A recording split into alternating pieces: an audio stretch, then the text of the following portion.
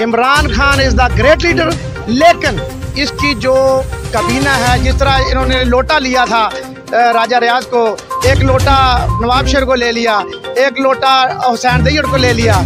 ये लोटे जो है ना माफिया वाले, ये जो हराम का पैसा खाते थे, आज इनके पास इमरान खान ने कोई रिश्वत का, कोई हराम का पैसा कमीशन का नहीं लेने दिया, तो ये चीख रहे हैं Imran Khan is the great man, but कबीना एंड दूसरा जो नीचे वाले हैं ये माफिया उसको। इमरान खान का जो नीचे चलाने वाले हैं वो ठीक नहीं है। Imran is the best Pakistan के लिए वर्ल्ड लेवल पे इकट्ठे हो रहे हैं, सारे चोर भाग कर इकट्ठे हो रहे हैं। ये लीडर नहीं है, नवाज शरीफ लीडर नहीं है। अगर लीडर होता तो तीसरी दफा जरूर कामयाब होता। ये तो भाग जाता है, ये तो एक दिन जेल में नहीं गुजार सकता, भाग गया।